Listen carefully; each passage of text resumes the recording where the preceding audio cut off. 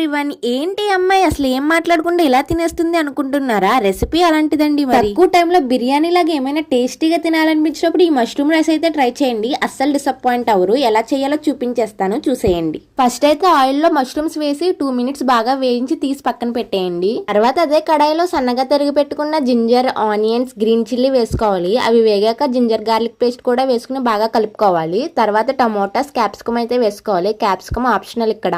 తర్వాత కొద్దిగా కరివేపాకు, కొత్తిమీరతో పాటు ఆల్రెడీ వేయించి తీసి పక్కన పెట్టుకున్న మష్రూమ్స్ ను కూడా యాడ్ చేసుకోవాలి. అది కొంచెం వేగాక గరం మసాలా, ధనియాల పొడి, కారం, పసుపు అయితే వేసుకుని బాగా కలుపుకోవాలి. అవి బాగా వేగాక ఒక చిన్న గ్లాస్ తో అయితే వాటర్ యాడ్ చేసుకోవాలి. తర్వాత అందులోకి తగినంత సాల్ట్ అయితే వేసేసుకుని ముందుగానే ఉడకబెట్టుకున్న రైస్ ను కూడా అందులోకి యాడ్ చేసేసుకోవాలి. ఇంకా హై ఫ్లేమ్ లో పెట్టుకుని లాస్ట్ లో కొంచెం మిరియాల పొడి యాడ్ చేసుకుని అయితే బాగా కలుపుకోవాలి. తర్వాత కొంచెం కొత్తిమీర జల్లుకుని అయితే స్టవ్ ఆఫ్ చేసేయండి. ఇంకా మన వేడి వేడి మష్రూమ్ రైస్ అయితే రెడీ అయిపోయిందండి. దీంట్లోకి ఎలాంటి కర్రీ అవసరం లేదు, చాలా బాగుంటుంది. తప్పకుండా ట్రై చేయండి.